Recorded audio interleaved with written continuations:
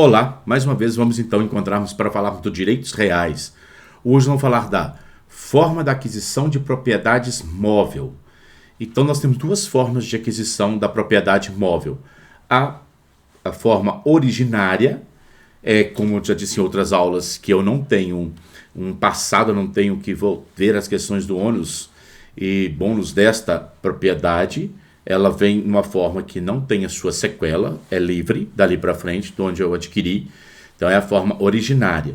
E eu tenho a forma de aquisição da propriedade móvel também por derivado. Então nós vamos aprender que a forma da aquisição da propriedade móvel são ocupação e achado do tesouro, que é o artigo 1263 e 1264 do nosso Código Civil, e a ação do uso capião de bens móveis, que é possível, artigo 1260. Isso é a forma originária. Eu não tenho aqui que visualizar qual que é a questão do passado deste imóvel, com dívidas de outras questões de vícios, a posse ser justa ou ser injusta, não vai ao caso. E aqui eu tenho a forma de aquisição da propriedade móvel, que eu trago ali as consequências desse bem móvel, que é a forma de especificação, confusão, comistão, adjunção, tradição e do direito sucessório, sucessão. Então tem essas formas aí para a aquisição desses bens.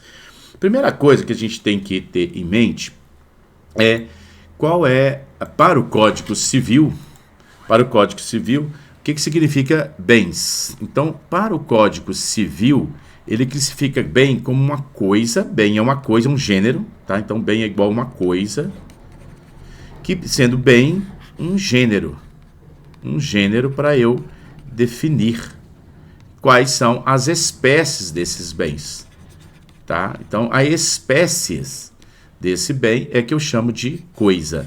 Então, para o direito civil, bens são coisas úteis e raras, suscetível de apropriação e contém valor econômico, tá? Então, assim, bem é um gênero, tudo. Agora, coisa, eu tenho que ter um valor econômico para ele. Aí eu tomo a classificação desses bens. Vejam bem, bens são coisas materiais. Então, aqui, olha, bens são coisas materiais, concretas, úteis aos homens e de expressão econômica. Então, tem que ter aqui, bens são coisas, né? São coisas. Que isso aqui é um gênero, isso aqui agora coisa é espécie, são coisas materiais,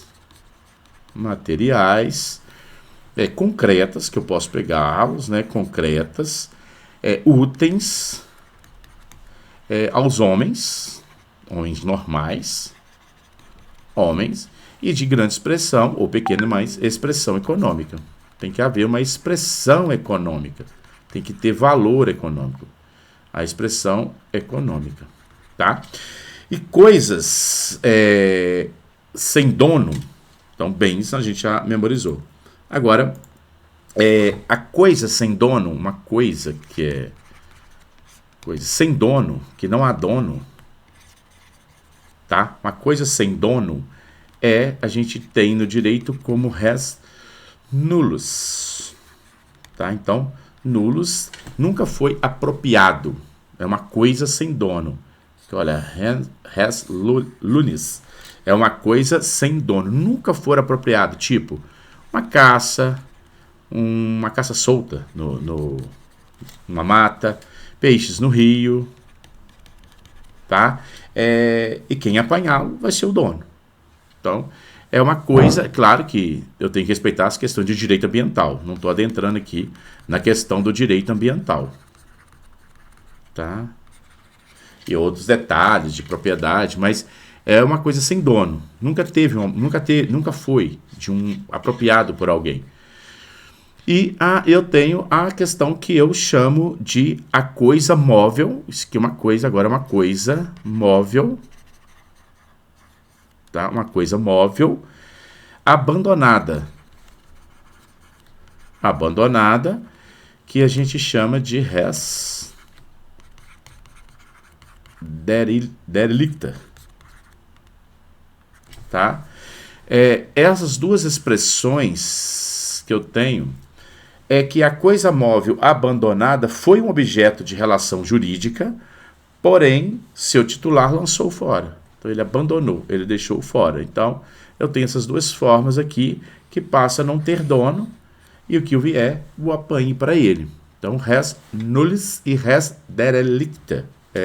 Eu tenho essas duas formas aí da coisa, e não confunda com coisa perdida, tá? Com coisa perdida. Bom, no direito civil, você vai ter também a expressão que a gente tem, o que é bem móveis para o direito civil. Bem móveis está no artigo 82, 82 do Código Civil. Então, o artigo 82 do Código Civil me traz o que é bem móveis. Bens móveis, tá? Os bens suscetíveis de movimento próprio ou de remoção para força à lei. Por força à lei, quer dizer, desculpa. Então, quer dizer, os bens suscetíveis de movimento próprio ou de remoção por força alheia, sem alteração da substância ou da destinação econômica social que ele foi criado. Então, o que é bem móveis para o direito civil? É o artigo 82, que ele fala que é os bens suscetíveis de movimento próprio, tá? Ou de remoção por força alheia, alguém que carrega e leva ele embora, uma mesa, uma cadeira, um fogão, uma geladeira, sem alteração da sua substância ou da sua destinação econômica. Não quebrei para levar, como se fosse uma casa, eu vou quebrá-la para levar. Então, ela perdeu aí a sua destinação econômica, para que ela realmente tem que reconstruí-lo de novo. Então, eu tenho aí a questão que eu posso chamá-lo então de bens móveis. Lá no Código Penal, se você verificar, equipara a energia elétrica a coisa de bem móvel, que é o artigo 155, no parágrafo 3º do Código Penal, vai destiná-lo-se que energia elétrica é derivado para eles como questão de bem móvel, porquanto então é furto de energia elétrica, né? Porque bem móveis é o que a gente pode ter furto. Os navios, as aeronaves são bens móveis, porque se movimentam, porém, para fins de hipoteca, trata-se de bem imóvel. Então, eu tenho essa exceção também, lá no Código Civil, que quando se trata de aeronaves, as aeronaves e os navios, bem móveis, mas para fins de hipoteca, que é garantia hipotecária, eles se tratam de bem imóvel, que ao final do curso nós vamos ver essa diferença aí. Móveis, determinação legal. Aí o artigo 83 do Código Civil, ele me traz as questões que eu tenho como bem móvel por determinação legal. A lei determina essa questão. Perfeito? Então, quais são? As energias que tenham valor econômico, se trata de bem móvel por força da lei. Direitos reais sobre objetos móveis e as ações correspondentes se tornam questões de direitos de bens móveis, e os direitos pessoais de caráter patrimoniais respectivas ações também a lei o classifica como bem móvel. Fundos de comércio, ações de sociedades empresárias, direitos autorais, crédito em geral. Então, a gente tem essa classificação, que o próprio direito o faz. Também o próprio direito vai ter a classificação, o que é bem fungíveis e bem infungíveis.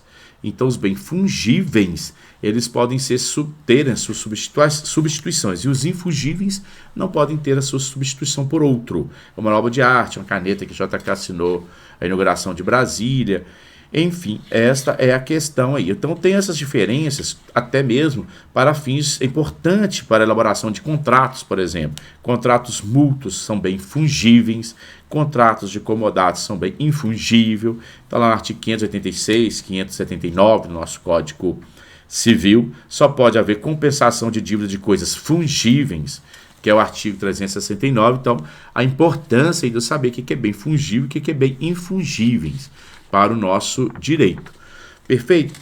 Mas eu agora, então, preciso adentrando na nossa matéria especificamente, nós precisamos de entender como que é a aquisição de bens móveis conforme o nosso Código Civil.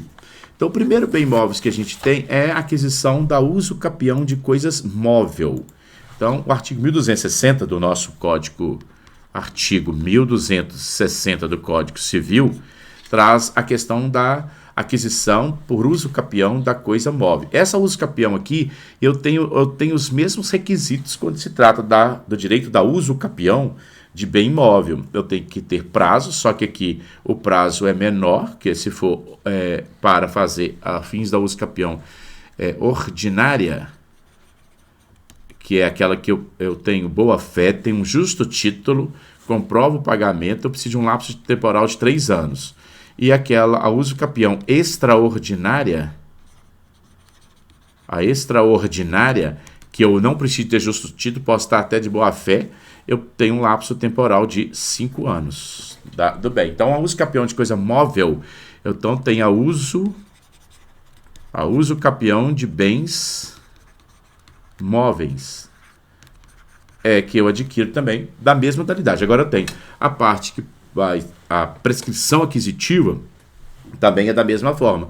Eu vou ter questões aí que vão interromper, suspender, ou então vai até a questões que obsta aí o princípio da aquisição. Então, imagine que um marido e mulher, a mulher vive com o carro do marido, que é um bem imóvel, depois de 3 anos ela não tem como usucapí-lo, porque há o impedimento da prescrição aquisitiva, conforme o artigo 179 lá do nosso Código Civil. Não existe a possibilidade da prescrição aquisitiva, nem extintiva, nem aquisitiva, enquanto estamos casados. Perfeito? Então, as mesmas condições que a gente tem de impedimento, suspensão, que obstam a contagem do prazo para aquisição do bem por uso capião de bem imóvel, tem para uso capião de bens móveis. Os mesmos impedimentos, as mesmas condições e modalidades. Só que, enquanto eu tenho várias modalidades da uso capião de bem imóvel, aqui eu tenho 2 modalidades de bem imóveis, que é a ordinária e a extraordinária. É mais simples, né? Então, aquele que possuir coisa móvel como sua, contínua e incontestavelmente durante 3 anos com justo título de boa-fé vai adquirir a propriedade, a espécie ordinária, certo? E aí no artigo, isso aqui é o artigo 1260, agora no artigo 1261 do Código Civil, ele lavra que se a posse de coisa móvel se prolongar por 5 anos, produzirá uso capião independente de título ou de boa-fé. Eu vou ter a uso capião extraordinária. Na mesma modalidade que eu vou fazer em juízo ou cartorário, dependendo da circunstância. Eu posso acrescer, inclusive, a posse do meu anterior. Tá? Aplica-se também as causas de suspensão, interrupção, que trange aí a questão do direito da posse de bens móveis. Então, eu posso ter o uso capião de um veículo. Tá? Então, assim, eu posso até chegar a ter um veículo onde que houve o furto, que aí a posse que era injusta passou a ser justa, não houve nenhum impedimento nesse meio tempo. Eu posso usucapiar bens dessa natureza. Eu posso usucapiar bens do que eu não comprei, mas ficou comigo sem nada que eu interrompesse durante o período de 5 anos. Então, um animal ficou comigo, estando comigo durante mais de 5 anos, eu posso usucapiar, que é um bem imóvel semovente. Perfeito? Há a possibilidade dessa uso capião de modalidades de bens móveis. Aí eu vou preencher com todos os requisitos que são possíveis, independente dessas circunstâncias, exatamente. Então, assim, antigamente tinha muito linha de telefônica, que hoje não tem o menor sentido, né? Mas linha de telefônica era motivo de uso capião, você deixava a linha telefônica com alguém, passava de 5 anos, eles usucapiam sua linha de telefone. Isso era muito usado para essas modalidades da uso capião, sendo que não é diferente de hoje. Bom, a outra forma da aquisição, essa é originária, tá? Como nós dissemos naqueles quadrinhos iniciais da nossa aula. Agora, a segunda forma eu tenho por ocupação. Aí eu tenho a ocupação, é o artigo 1263 do Código Civil, que diz que a aquisição de posse de coisa sem dono, coisa abandonada. Não misture com coisa que ficou perdida, é coisa abandonada. Então, o abandono não se presume, tá? Tem que, claro, que a vontade do dono foi de despojar, desocupar-se daquilo. Aí você vai se ocupar, então, de uma geladeira, de um fogão, de um carro, de um animal, que você tenha certeza que o dono o abandonou. Então, o abandono. Agora, não é abandono, por exemplo, o mau tempo, o comandante do navio se livra da carga, aí para depois pegar-se nas margens do litoral. Isso não é abandono, porque foi circunstância. Acidente de veículo, a carga fica espalhada na avenida. Então, imagina, nós estamos trafegando aqui de São Paulo até Belo Horizonte, tem um acidente de um caminhão, um certo ponto da estrada, e aí esse tombamento, isso aqui não é abandono, tá? Então acidente de veículo de carga fica espalhada, então aquilo ali na verdade passa a ser furto, em razão de que não é uma ocupação quando o dono deixa sem que ele queira realmente ter mais aquele bem. Um sapato esquecido na sapataria não é uma ocupação, pode ser uma ocupação. Ternos de lavanderia.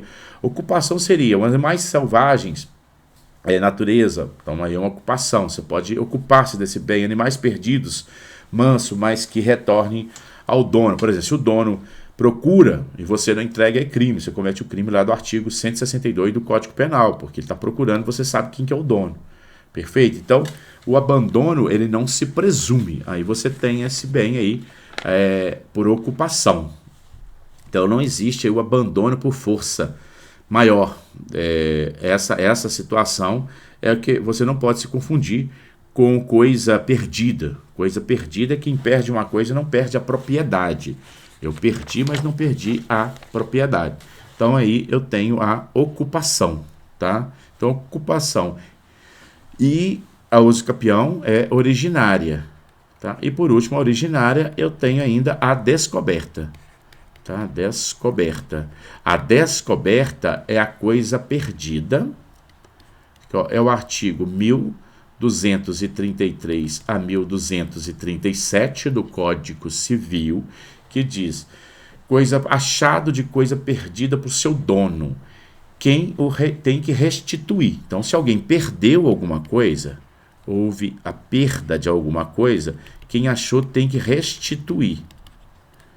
Restituir, tá? Se não, é crime. Tem que procurar o dono. Não achando, tem que entregar à autoridade competente. E essa autoridade competente, se for uma cidade do interior, geralmente é na prefeitura, é na polícia civil, na polícia militar, tá? Esses são um órgão competente para fins de quem a descoberta, alguém que perdeu. Então, perdi um relógio de grande valor, ou não, mas que interessa. Eu perdi um notebook. Então, o achado, quem descobre tem que, se não encontrar o dono, tem que procurar uma autoridade para entregá-lo, tá? É crime, se você continua, você apropria desse bem.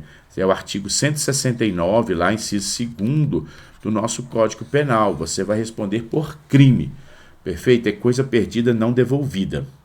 E enquanto o artigo 234 fala que aquele que achou, então houve a descoberta que achou, ele tem que ser restituído até 5%, não inferior a 5% do valor do bem e as despesas com a conservação. Então, imagine se você achou um cavalo, aí depois teve que cuidar do cavalo, teve que alimentá-lo, teve que cuidar, teve que dar um pasto, um banho.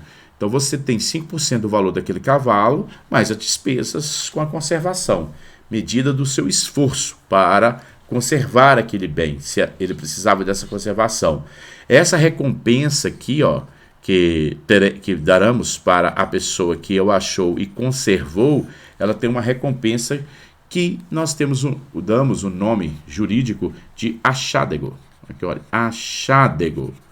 E o achádego é nada mais do que a recompensa de até 5%, não pode ser inferior a 5%, quer dizer, pode ser até mais, não pode ser inferior até, não é até, não poderá ser menor do que 5%, pode ser até mais, para a recompensa de quem o encontrou, um animal, por exemplo, o exemplo que nós estamos dando, mais as questões das despesas e conservação deste animal. Então, se o animal valia 10 mil reais, ele tem no mínimo 5% desse animal, mais as despesas que teve para conservação. Quem achar não é obrigado a guardar, tá? Mas guardando tem que conservar, porque se você assume essa responsabilidade para você, você tem que guardar. E deixar com a autoridade. Aí a autoridade vai o quê? Providenciar um edital, mais com o valor da compensação, divulgar em rádios, jornais, em carros de sons, de qual forma que puder, para poder encontrar quem é o dono. Tá? Passados 60 dias, coloca em asta pública para ser vendido. Vendido vai deduzir as despesas e a recompensa, se não aparecer de fato o dono.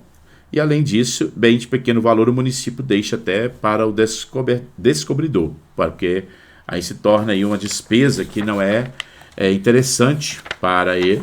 Ele deixa então para esse fim. Então lá haverá um termo, encaminha ao juiz, o juiz manda publicar edital 2 vezes, coisa de pequeno valor, o edital fica mesmo só no balcão do fórum, ou então da prefeitura, e aí aparecendo o dono, ouve-se o Ministério Público, o procurador da Fazenda, e devolve para o dono tem que pagar a recompensa que é o achádego, e mais as despesas que tiveram.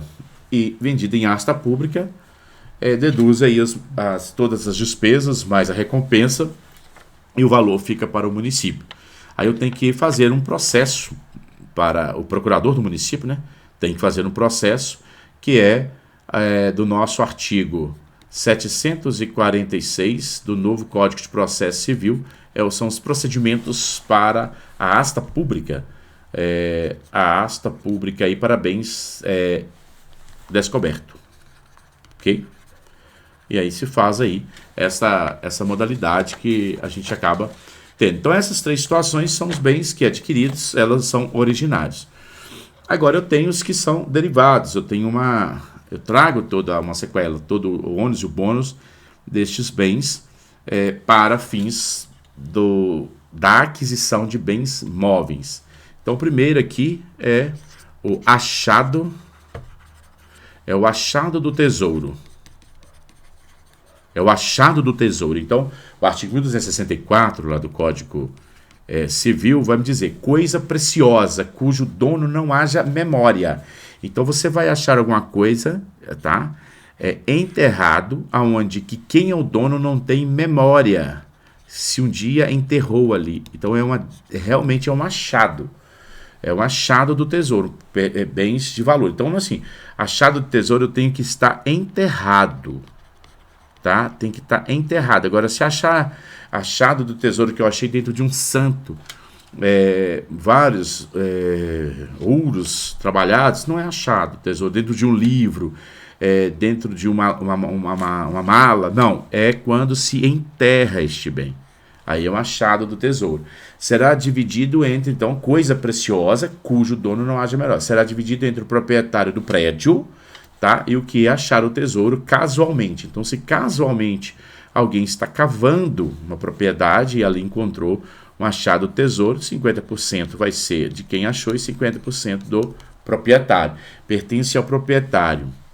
Agora, se ele achou, porque está fazendo uma pesquisa que foi ordenada e terceiro não autorizado, aí o artigo 1265, você observa que vai pertencer ao proprietário em 100%. Então, veja bem, se alguém acha, por acaso, achar o tesouro casualmente, divide. Agora, pertence ao proprietário quando ele achou, claro, né? Então, pertence ao proprietário primeiro aqui, quando ele achou, não seria diferente, né? Segundo, a segunda situação, pesquisa que ordenou. Terceiro, pesquisa que ele ordenou, ele o proprietário, ordenou que fizesse uma pesquisa, aí se encontrou, aí é dele, ou então, terceiro não autorizado, é dele. Então, e aqui, a terceira situação, um terceiro não autorizado, aí é só do proprietário. Então, veja bem, ele que acha, só dele. ele que manda fazer uma pesquisa e achou o achado do tesouro. E o terceiro não autorizado, que o faz, aí então pertence ao proprietário, conforme o artigo 1265 do Código Civil. Passa a pertencer quem? Ao proprietário. Se ele achar, se ele coordenou a pesquisa, então o terceiro não autorizado. Pertence a metade, que se o terreno for alugado. Então, imagine um imóvel alugado. Então, eu tenho aqui um imóvel que está alugado. Esse imóvel alugado, então, contrata para abertura de um poço, por exemplo, metade do prestador de serviço, deve estar alugado, perfeito? Ou então encontrar causa por outras situações em um prédio, é o artigo 1064 na parte segunda. Eu então pertenço à metade terreno de quem está alugado. Não são tesouros achados, por exemplo, objetos preciosos dentro de livro, dentro de santo. A questões não há necessariamente que seja uma coisa velha, uma coisa muito antiga, aquela vetustez, a velhice. Não é. Achado do tesouro é porque está enterrado, como eu disse para vocês, tá? A apropriação disso, sem que seja deste formato do Código Civil, torna-se crime no direito penal, que é o artigo 169, lá no seu parágrafo 1º do Código Penal. Se torna crime. Agora, para configurar tesouro, nesse sentido aí, que é o achado do tesouro, o depósito da coisa móvel preciosa, realizada por mão humana. Então, foi alguém que foi lá e enterrou este precioso, esse bem precioso, tá? Móvel, preciosas. Realização por mão humana. Não pela própria natureza, por exemplo, um rio que aluvianou pedras preciosas roladas pela erosão, isso não é achado do tesouro. Achado do tesouro que o homem, a força da mão humana, foi que cavou e enterrou, tá? Enterrou. Aí é uma questão que se trata de achado do tesouro. Agora, vindo pela própria natureza, rio com aluvional, pedras preciosas, roladas pela erosão, isso não é achado do tesouro, tá? Quem não resta memória, seu proprietário, quem enterrou não tem memória que ali o guardou. Estar oculto, escavar prédio para questão aí oculta, aí que foi que eu encontrei. Ser seu encontro casual, é o artigo 1264 do Código Civil, é casual, foi por acaso que se encontrou essa questão, perfeito? Então, em juízo, eu tenho que ter essas prerrogativas para que possamos aí entender. Não pode ser intencionalmente. Eu vou cavar aqui para encontrar um tesouro porque diz ao fulano que aqui tem um tesouro. Aí é uma coisa intencional, não é uma coisa casual que pode então entender-se por a questão do achado do tesouro, e a divisão fica na modalidade que nós já comentamos aqui. Encontrar causalmente prédio à lei. Aí eu já disse para vocês que ficam metade para quem achou. Então, eu tenho essas várias pessoas que encontrou primeiro, é o que vai ficar com assim, achado. Então, os imóveis, ainda tem assim os detalhes, que imóveis que tem, questões, que é o usufrutuário ou locatário, não tem direito deste tesouro, é do proprietário com quem achou a propriedade, perfeito? Então, agora, se eu tenho aí a metade no proprietário ou do locatário, se foi ele que encontrou, tá? Então, isso aí é a questão que a gente chama achado do tesouro, perfeito? Agora, quando o bem se dá por tradição no Brasil, o nosso Código Civil adotou a questão do bem se dado por tradição, que é o artigo 1267 do Código Civil. No Brasil se dá por tradição quando você passa o bem, tá? Então não é no momento que você faz o negócio. Tradição significa de bem móvel. A tradição é o momento da entrega, da entrega do bem, tá? Então, por exemplo, eu estou vendendo animais, por exemplo, vários bois, no momento da entrega dele é que houve a tradição, e não no momento que eu fechei o negócio. Então, para que haja a tradição, o negócio foi concluído mesmo, então eu tenho que ter aqui o quê? A questão da entrega oficial do bem. O contrato por si só Não transfere a propriedade, gera somente obrigações. Tem que ter a entrega, gera somente obrigações. A coisa móvel se dá pela tradição, perfeito? Agora, dispensa a tradição quando há abertura de sucessões legítimas, testamentárias, legatárias ou de coisas certas. Então, por exemplo, eu tenho cheios de bens móveis, aí o autor da herança veio a óbito. Quando o autor da herança veio a óbito, todos os bens móveis e imóveis transformam em uma só bem imóvel por força da lei para os seus herdeiros. Aí esses herdeiros aqui, eles terão aqui, ó, esses bens móveis por tradição, mas dispensando a entrega propriamente dito para eles, certo? Correto? Desculpa o espirro, muito frio hoje. Herdeiros, esses herdeiros aqui, correto? Recebem os bens móveis não por tradição, é uma exceção, dispensa a tradição. Passam a ser herdeiros por força questões do princípio de Droit-Cessini. Eu, por exemplo, um casamento. Hoje está difícil, muito frio nessa data, e aí a gente espirra por causa do ar-condicionado do frio. Então, aqui, ó, casamento por regime universal de bens. Quando você termina o casamento, deu sim, o cônjuge virago recebe 50% de todo o patrimônio e o cônjuge varão 50%. Seja ele bem móveis ou imóveis, mas os bens móveis não precisam da tradição, se dá por força do regime de casamento, que é universal de bens. Por exemplo, a sociedade, todos os bens, o contrato societário para desfazê-lo, ao desfazer o contrato societário, também vai se dar não precisa da tradição para os bens móveis dessa sociedade empresária passarem para o outro sócio adquirente. Compra e venda de dívidas públicas, transferência de ações de sociedade anônima, também eu não preciso, certo? Dessa feitura aí. Feita que não seja o proprietário, a tradição não se aliena. Então, o artigo 1268 fala o seguinte, que é o 1268, do Código Civil, ele me diz que, feita por quem não seja o proprietário, a tradição não vai alienar, não vai passar. Mesmo que eu entregue o meu carro, mas eu não fui proprietário, mesmo que eu dei o carro, mesmo que o carro foi transferido tradicionalmente, me entreguei a outra pessoa, eu não era o proprietário, não vai se alienar. Perfeito?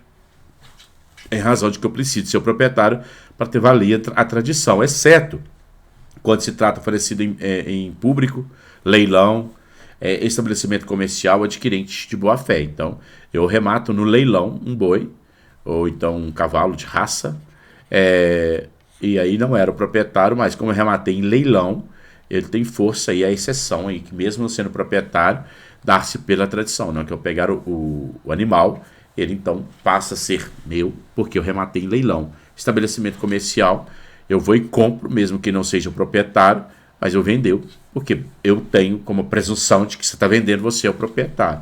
E o adquirente, que sou eu, está adquirindo de boa fé, a menos que eu esteja adquirindo de má fé.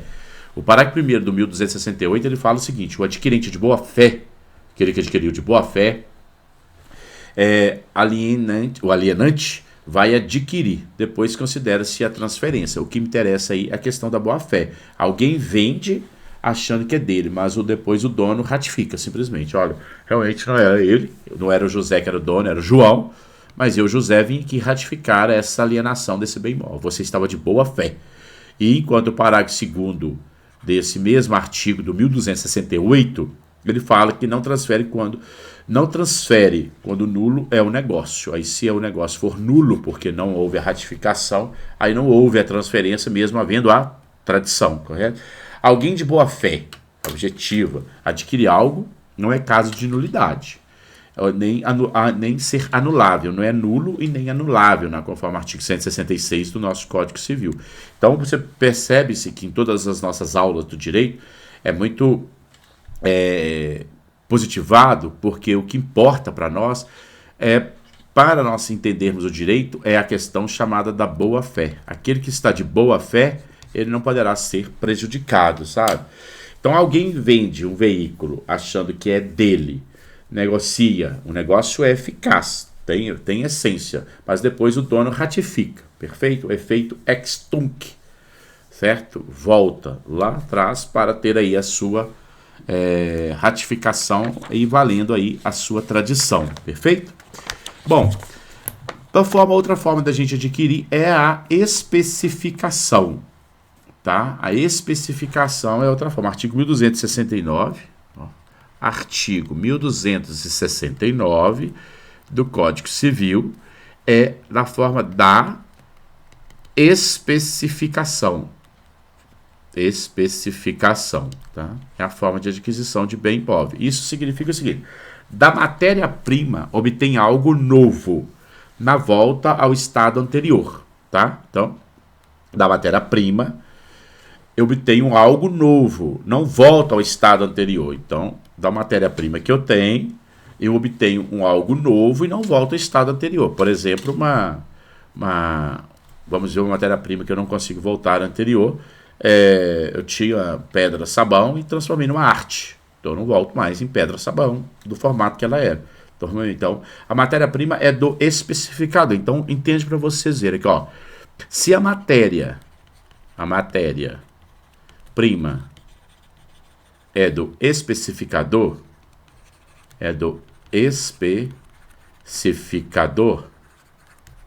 certo? Nenhum problema. Ok, nenhum problema, né?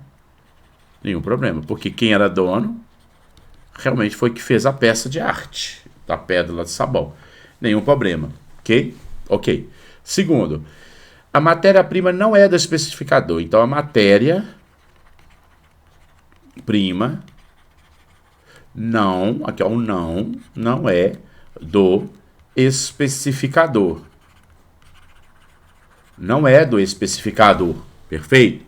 Mas volta ao estado antes, barra de ouro, tamanho menor. Aí, ok, tá? Então, aí eu tenho que a matéria-prima não é do especificador, mas volta ao estado que ele era antes, tipo barra de ouro, tamanho menor. A matéria-prima, aí não traz nenhum perigo a questão jurídica. A matéria-prima não é a matéria-prima aqui não é do especificador. Não é do especificador.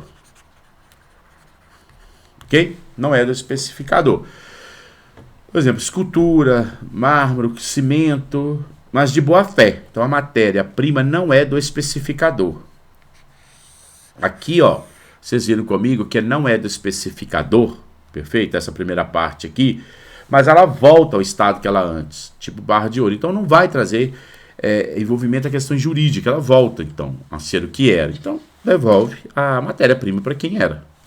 Não me traz tanta dificuldade para a interpretação jurídica, porque a matéria-prima aqui não era do especificador, mas ela volta o que era antes. Agora, essa segunda versão minha aqui, a matéria-prima não é do especificador, mas ela não vai voltar como ela era antes, perfeito?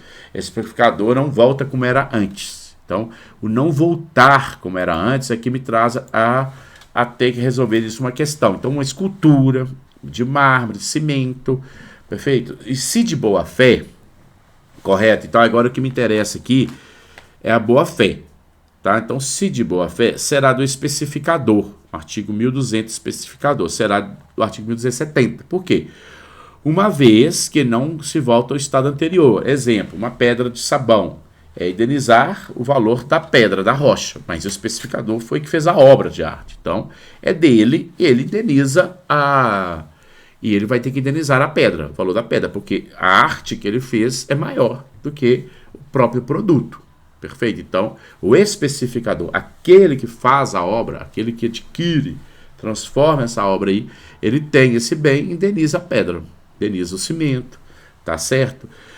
Que não volte ao estado anterior. Mas esse especificador aqui, ó, esse especificador, ele tem que estar de boa fé, tá? Essa boa fé dele aqui é que vai ficar com que ele fique com o produto, fica com o bem transformado, perfeito? E pague, indenize o cimento, indenize a pedra, sabão, pois ele estava de boa fé. Então, o especificador fica. Como que ele poderia dizer que ele estava de boa fé?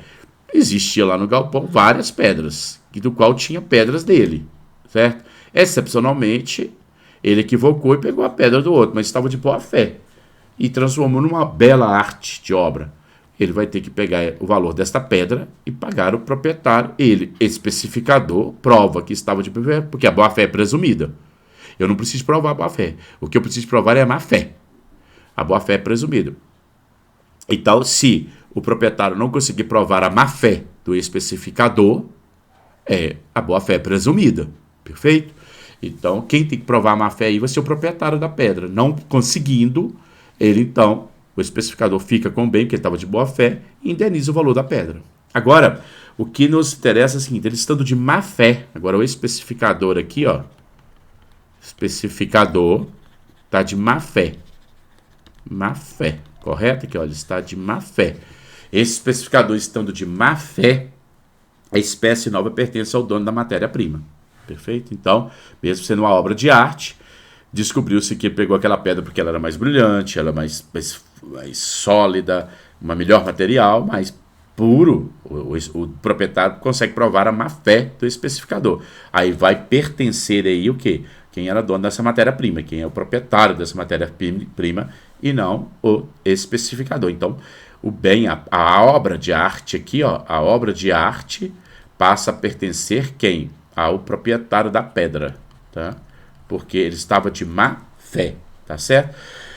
Agora, se você pega o artigo 1270 e o parágrafo 2º do nosso Código Civil, você vai ver que existem algumas exceções dessa parte que eu fui bem taxativo dessas questões que nós explicamos. Então, por exemplo, uma pintura, uma escultura, uma escritura, um trabalho gráfico, mesmo de má fé do especificador, porque aqui eu estou dizendo que a má fé vai ficar para a obra, a arte fica para o proprietário da pedra, tá? Agora, eu tenho exceção no parágrafo 2º que é o seguinte, se for uma pintura, uma escultura, uma escritura, um trabalho gráfico, mesmo de má fé, e o preço da obra excede a matéria-prima, aí passa a ser do especificador. Então, imagina, eu tenho simplesmente uma tela, aqui ó, em branca. O especificador vem cá, faz uma pintura bilionária nessa tela. E prova-se que ele pegou esta tela de má fé. Então, o proprietário da tela, ele prova, olha, o especificador, ele de má fé ficou com a tela. A tela sozinha vale R$300. Agora, pós-pintura, ela vale 3 milhões. Essa, mesmo estando de má fé, vai ser do especificador e ele vai pagar os R$300 para o dono da tela, em branco.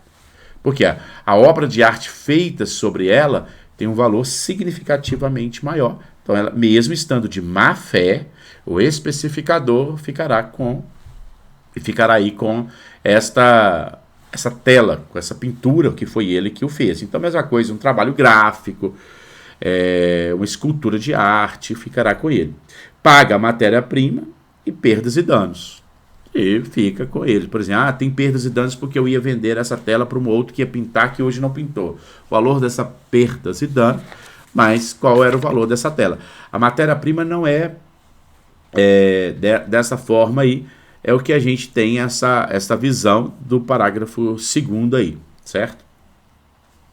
Agora, a matéria-prima não é do especificador, a matéria-prima não é do especificador. Se de boa fé o produto passa para ele, como eu já expliquei para vocês, que é o artigo 1270, o CAPT aí, né? Basta essa transformação, tranquilo? E por último aqui a gente tem a questão da confusão, pegar aqui. Eu tenho a questão da confusão, que é o artigo 1272, né? A confusão. Aqui, ó, confusão. No código fala comissão, mas é comistão. É porque houve um erro de digitação, não tem como mudar questões lá, porque eu não posso modificar desse formato. Então, eu tenho aqui a comistão, certo? E da adjunção. Adjunção. Pagaram minha parte que eu estava escrevendo. Aqui, ó. Então, tem confusão, comistão e adjunção. Perfeito? O que é a confusão?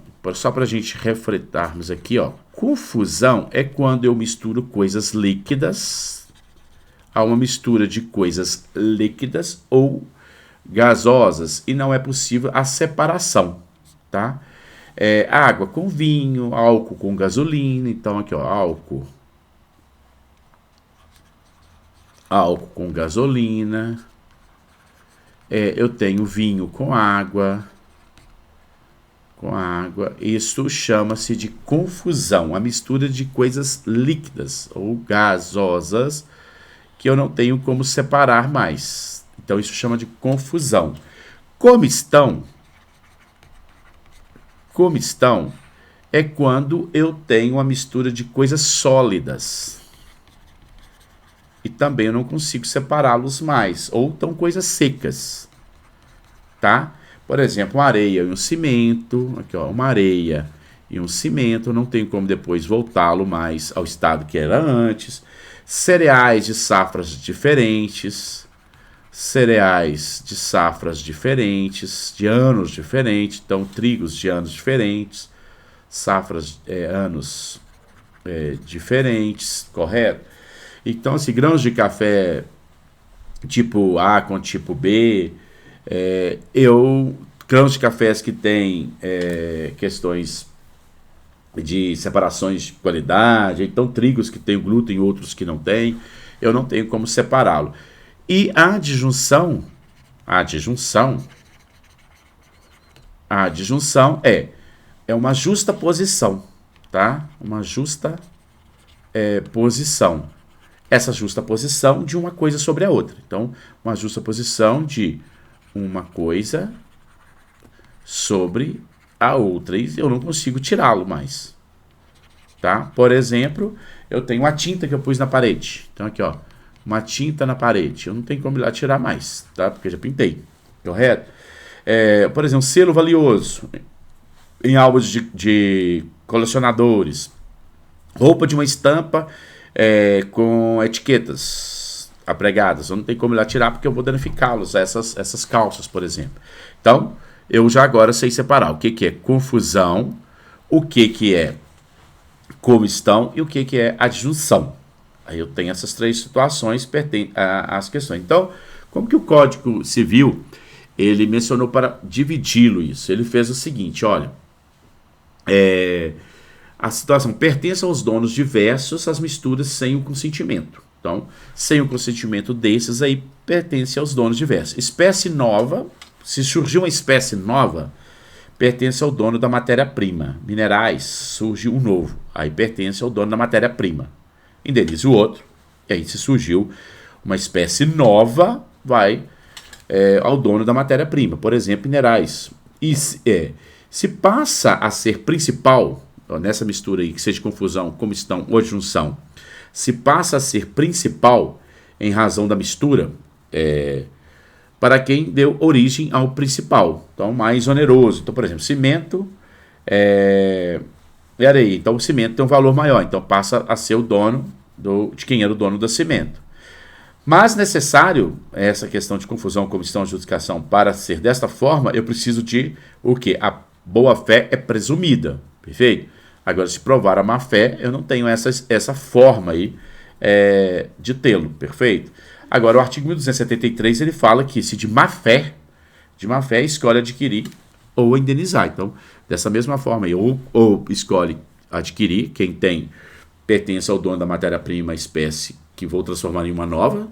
Se passa a ser a principal, ele escolhe ficar ou querer aí ser indenizado, se quem o fez estava de má fé. Agora, quem estava de boa fé, somente vai tê-lo dessa forma. E se operou de má fé, a parte de boa fé caberá escolher qual que você quer. Dessa forma, vai adquirir a propriedade pagando o que não é seu e tê-lo para ele, sabe? Renunciar ao que pertence com indenização de forma integral, no caso do 1273. Agora, de boa fé, que é o que me importa, podendo separar, identifica-se e volta ao estado anterior. Não podendo separar, eu estando de boa fé, vai pertencer, conforme já mencionei. E não podendo separar, o dispendioso, bem divisível por um condomínio, um quinhão, para cada um. E a coisa, podendo ser o principal, o acessório, a indenização para quem será o principal aí, é o que narra os meus artigos 1273. Então, por exemplo, imagina que Calça jeans. Foram feitas 1 milhão de calça jeans e foram colocadas etiquetas errôneas. Aí eu tenho que ver se essas etiquetas foram colocadas de boa fé ou de má fé, para eu ver para quem vai ficar as questões aí dessa etiqueta. Então eu volto no princípio do 1272 e falo, ó, espécie nova. Então falo assim, para a cera principal. Qual que é a principal? A calça jeans. Então se passa a cera principal em razão de uma mistura para quem se originou a principal. Vai ser da calça jeans, se ele estava de boa fé, vai ser de quem tem aquela etiqueta. Agora foi de má fé, vai ter que indenizá-lo. Então sempre eu tenho aí essas questões que me narram para as condições da aquisição dos bens dos bens móveis.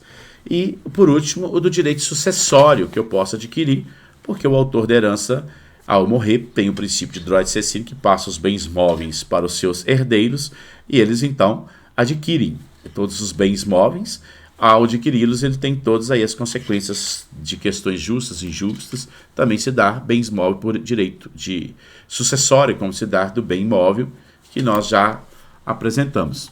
Perfeito? Por aqui a gente vai encerrando essas questões para nós entrarmos na unidade 3. Um grande abraço para vocês e sucesso!